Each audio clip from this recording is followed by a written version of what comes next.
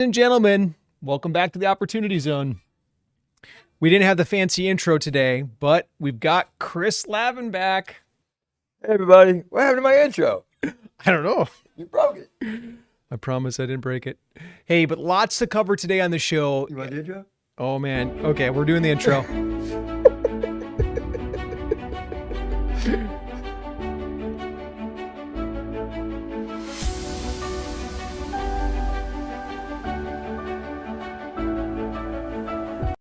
Now we can officially start. Now we start the show. And I'm back. Okay, guys, lots of breaking headlines, but we're going to drill into what's specific for investors. If you are an investor looking for opportunity right now, this is the show to watch. There's a whole bunch of commotion right now on, is Bank of America taking Fannie Mae and Freddie Mac public? We're going to talk about that. We'll also talk about the fraud found within HUD, the fraud found within Minnesota, why they're raising taxes again. Poor state. That's my home state. I originally. know, but dude, it was so good 6 years ago. They were killing it 6 years ago. The land of 10,000 lakes. Beauty. And now it's the land of 10 million Somalians. Yes, it is. We'll talk about what it means is it means with God. And so she's saying to her son, hey, son, you're with God. Don't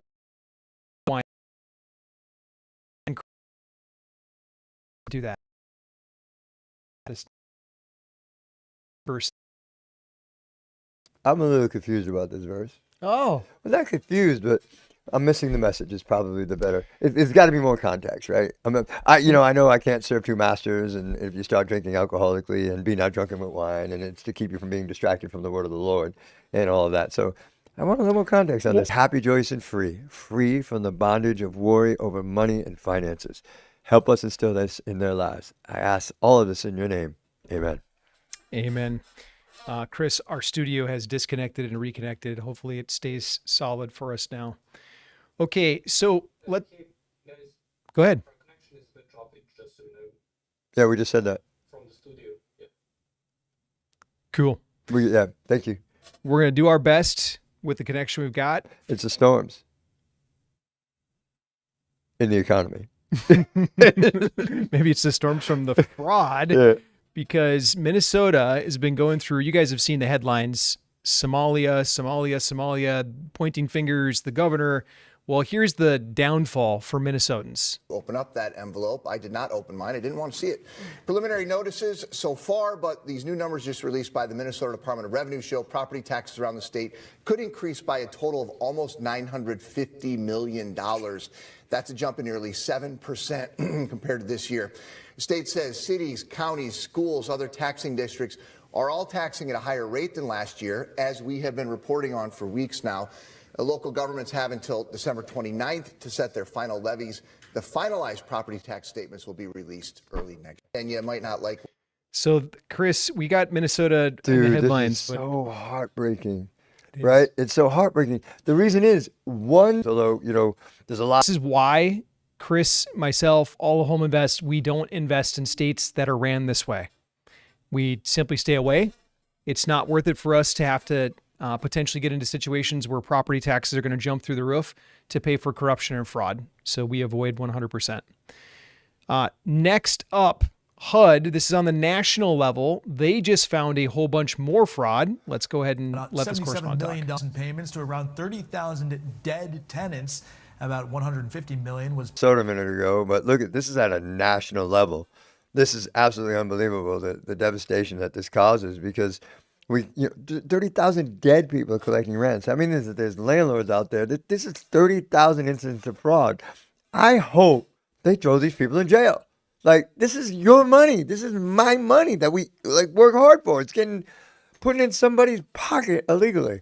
I sure hope that they throw the book at these people. Yeah, there's so much fraud. They actually did a little survey on this. I want to put up results from how much fraud versus tax revenue is taken into the United States of America. So these blue columns, this is by tax bracket. Over on the far left, these are folks that are making 11 grand or more. The next tax bracket would be $48,000. The next tax bracket's $103,000. And then you go all the way to the far right. That's the biggest tax brackets, folks that are making $650,000 or more per year. Each of these cells represents the tax revenue collected by the IRS. That red line that you see on the screen right there, that's if we removed, that's basically where tax fraud is right now. $1.5 trillion with tax fraud. And so you could literally, if you remove the fraud, it would only take one tax bracket, the very last tax bracket, to pay for all government expenses at the federal government level by removing fraud, just like that. This is crazy. Crazy. This is the bridge to nowhere. This is two bridges to nowhere. This is why when Chris starts talking about making sure that we're tax efficient, like literally, Chris, are you going to get a refund check this year? 100%. I'm hoping this year I see 100,000. 6 figures. 6 figures. That's what I'm hoping for a refund this year. And this is after doing very well financially, being One blessed. of my best years. But I always pay taxes as though I'm not. I always pay my taxes along the way. I'd rather overpay it. I know a lot of people disagree with that I should, down to the penny. But I never want to get penalized, right? I don't want to. I'd rather have them hold my money than me have to pay extra. Granted, I'm not making any money on it, but the penalties on not paying enough, it's not worth the risk for me because I never know at the beginning of the year what my end of year income is going to be. So I always plan very well for that. Yeah, we'll get into the tax efficiencies of real estate in just a little bit as well. Tax efficiencies of real estate? Are you kidding me? If you're not using real estate to not pay taxes, you're missing the point.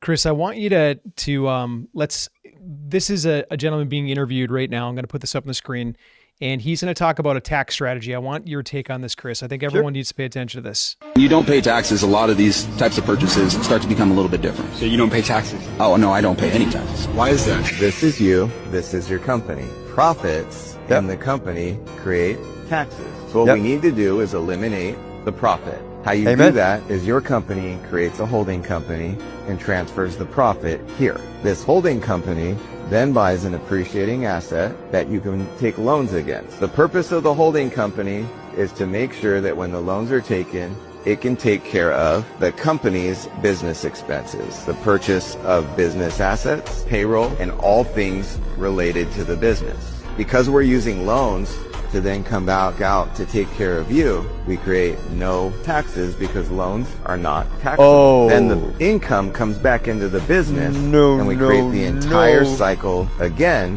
which creates no tax. You don't pay taxes. A lot of these. No, not unless you want to go to jail.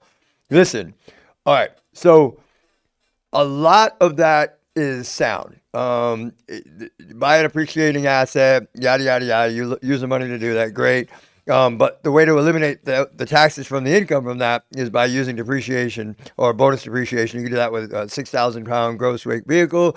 You can do it with an airplane. You can do it with real estate. Real estate's the best way to do it because you can get a positive cash flow and that depreciating asset. And most of that stuff was relatively true until you start taking loans against the company that he talked about.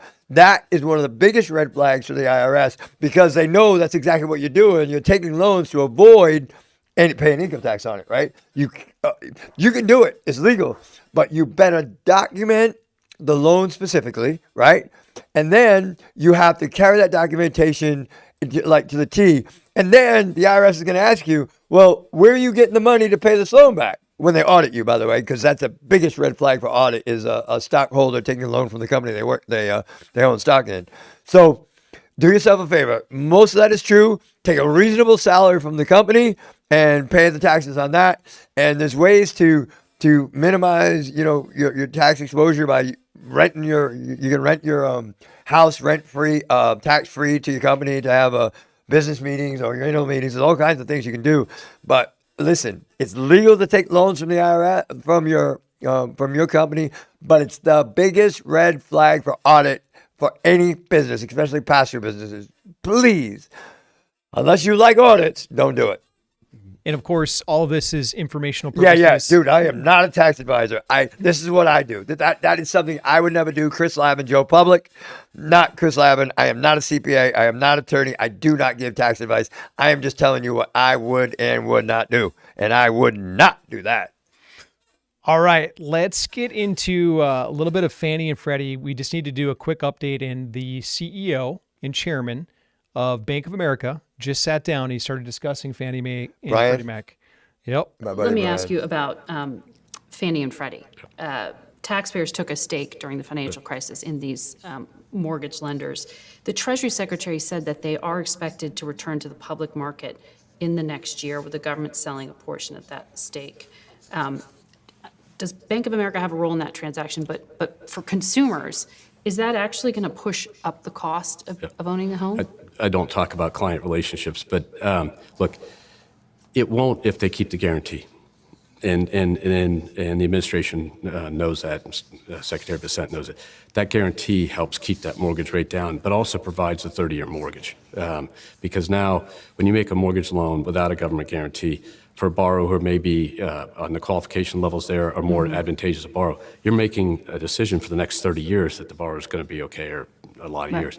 So that guarantee is critical to the U.S. getting fixed rate mortgages and having a lot of mortgage availability. And then they've run the things pretty responsible since the financial crisis. Down payments have stayed substantial. So the credit quality of current portfolios is pretty good. And they can't lose that, because that was the reason, one of the reasons why we had the financial crisis was the low down payments and lots of mortgage loans with zero equity in them. And as soon as prices on houses came down, the whole thing exploded. So what do you think, Chris? Yeah, I agree with everything you're saying. You got to keep the guarantee in place, and it's a valid point. So you're giving guy credit today, but you don't know what his financial situation is going to be 20 years from now when he's in the middle of that mortgage.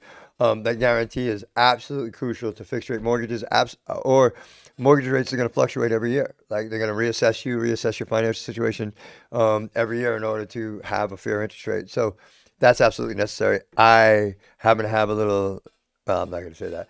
I have an inclination that Bank of America will be the bank behind Fannie and Freddie going public. So, yeah, that's a good thing, I guess. It's, big institution. But, yeah, everything this guy's saying is dead on. I have no disagreement with anything he's saying. Cool. Okay. I suspect that it's Fannie and Freddie too, based on his comments and some of the others. But soon we will know that. Chris, I need to get your take on this. We've got the MBA, Mortgage Bankers Association. They wrote an open letter to Pulte, and they also wrote it. They published it in a few different places, but they're basically saying, hey, this tri-merge credit score mandate is bad. Essentially, what's happening is that you've got the three big bureaus, Equifax, Experian, and TransUnion. The new mortgage standard for Fannie Mae accepting a loan is that they've got a tri-merge score, all three of them. Yeah. And what these three credit bureaus have been doing since that was mandated is they've been cranking their rates up, making the cost more, essentially. There's no more competition, is what the Mortgage Bureaus Association or Mortgage Bankers Association is saying. What are your thoughts on this? Well, let me tell you this. Personally, I have credit accounts that appear on one credit bureau that don't appear on other credit bureaus. And if you know the credit system and know what banks pull and use which credit bureau, you can really work the system and do things advantageously. And you see a lot of these credit card gurus telling you about this all over the internet. With all of that being said, a more precise picture of my financial position is had by pulling a tri bureau for me. For me, it's not a bad thing. For me, it's a good thing, because I have credit cards and I don't carry balances, so it always looks better when I have more available credit. It drives my credit score up. But with that being said, I firmly believe that that having the tri-merge report is a good thing. What I would like to see is some regulation on the costs. Right. So they did this in the healthcare industry, right? There's provider portals that the government finally come in and regulated, because the providers were saying, like Blue Cross and Blue Shield says, you have to use this portal. So the portal provider was jacking the prices up and was making it uneconomical for businesses to do transactions. The government should come in and regulate this at some level and say, hey, this is the maximum you can charge, or put some kind of law in place to regulate that. I would be all for that, because let's face it, these credit bureaus are getting this information for free, right? I mean, all of this information is free to them. Yeah, they're good aggregators of data. Correct. And they sell that data. They sell it to the Facebooks of the world and everywhere else. So they're making money on both sides. Okay, Chris, I'm going to pop up. A lot of people have been asking about a deal. We are very close to a real estate deal, but we have one other deal. The last deal that we had, we published, it filled up, but we've got one other deal right now. And this is a ridiculous video. Let's have some fun, Chris. Welcome to Cash Flow Fund 7, where 110 plus years of American manufacturing legacy meets the future of aerospace.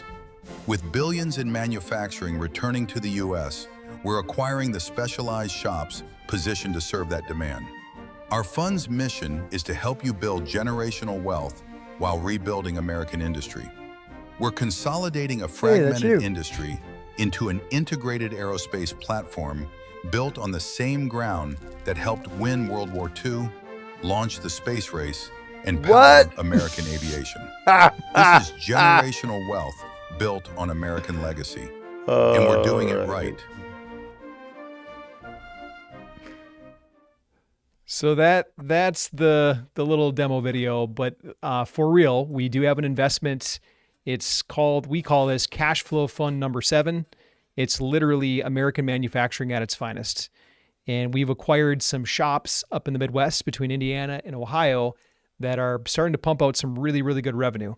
And what we're doing with them, I'll put up the fancy OM on this, but what we're doing with them is we're updating them, we're consolidating them. We're making them ready for private equity firms. So private equity firms, sorry, go ahead, Chris. Yeah, what I want to interject is we make some cool stuff. Like, we make some cool stuff, like for airplanes and cars and the automotive, like cool stuff. Stuff that, you wouldn't really think of, but I'm here to tell you, it's cool. So if for no other reason, you should really pick up the phone and call an advisor. Yeah, what's happened in manufacturing specifically, you guys have probably seen some of the headlines, but starting back in 2022, not even just this administration, but the last administration, they signed the CHIPS Act, and we started to see manufacturing pick up then. And now it's accelerated because the Trump administration said, no, everything is going to be made here, basically, or you're going to be tariffed. And so you've got GM, they just committed to invest $4 billion in manufacturing, setting up new. Intel's deal is accelerating manufacturing. Ford, like any big name company, and a lot of others, they're literally coming to the United States to manufacture. And so what's happening is the existing manufacturing facilities that are out there, they're getting more work.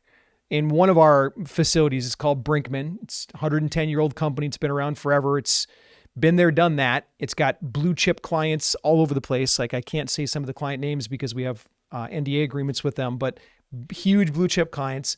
They're surging in orders right now because manufacturing is being done here. We have a 6-month backlog at that facility right now. Like, we're hiring more guys and we're bringing in more machines. We're adding another shift. Adding a second shift. Like, it's a very blessed time to be in the manufacturing business. So we've got 3 facilities right now. We're adding a 4th facility to it. We've got a little bit of room left in our opportunity. Literally, we put it out. We filled up. We only took money when we needed as we were acquiring each one. And now we're on the last phase of this. So if you're looking for a strong cash flowing opportunity, this could be a really nice opportunity for you. Team, I'll ask you to put the booking link in the comment section. And if you're watching on social media somewhere, put the word BOOK, like book, and we'll send you a link directly, or we'll put it in the comments below your comment. That way there you can see the booking link for us. Chris, anything else you'd say on that particular fund? No, it's a good, solid fund. I'm super excited about this. There's some exciting things in the future of that fund. We haven't 100% locked down yet, but cool stuff happening. We got the right personnel, the right timing, the right place. This is just lined up perfectly for a home run. Yeah, and one thing I failed to mention is the tiers. So if you're looking to invest $100K or more, this is accredited investors only. If you're looking to invest $100K or more, there's an 8% pref that's paid out. It's never missed a distribution. If you're looking to invest $500K or more, there's a 10% pref. And then on $1 million or more, there's a 12% pref. So there's really, really good pref returns on this thing. And there's also backside profit. So if you're someone that's saying, hey, I'd like to make some cash flow while we're kind of in the middle of operations, plus I'd like to potentially get a nice big profit check on the backside, this could be an opportunity for you. So use the word book in the comment section, and our team will get that over to you. Amen. Chris, anything else you want to comment on to close up this week's show? No, the other deals all closed up. That was a great opportunity. We talked about it last week. It's gone this week. But we do